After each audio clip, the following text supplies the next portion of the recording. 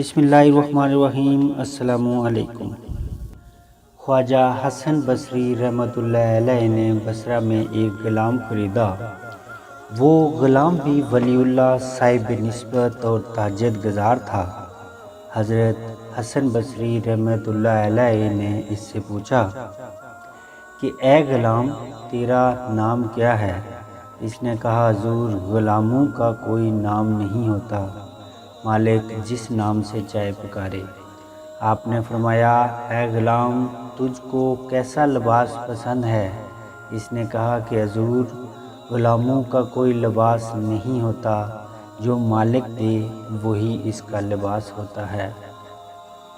پھر انہوں نے پوچھا کہ اے غلام، تو کیا کھانا پسند کرتا ہے؟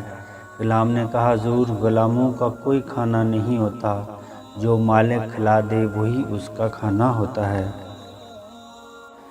چنانچہ حضرت خواجہ حسن بصری رحمۃ اللہ علیہ چیخ مار کر بے ہوش ہو گئے۔ جب وہ ہوش میں آئے تو فرمایا، اے غلام، میں تجھ کو آزاد کرتا ہوں۔ میں نے تجھے پیسے سے خریدا تھا، مگر اب تجھ کو پیسہ نہیں دینا ہے، میں تجھ کو مفت میں آزاد کرتا ہوں۔ غلام نے پوچھا کہ کس نعمت کے بدلے میں آپ مجھ کو آزاد کر رہے ہیں؟ آپ رحمۃ اللہ علیہ نے فرمایا کہ تم نے ہم کو اللہ کی بندگی سکھا دی۔ دوستو، یہ تھا آج کی ویڈیو کا عنوان۔ آگے پھر کسی نئے ٹائٹل کے ساتھ آپ کی خدمت میں حاضر ہوں گا۔ اپنا بہت خیال رکھیے گا۔ اللہ حافظ۔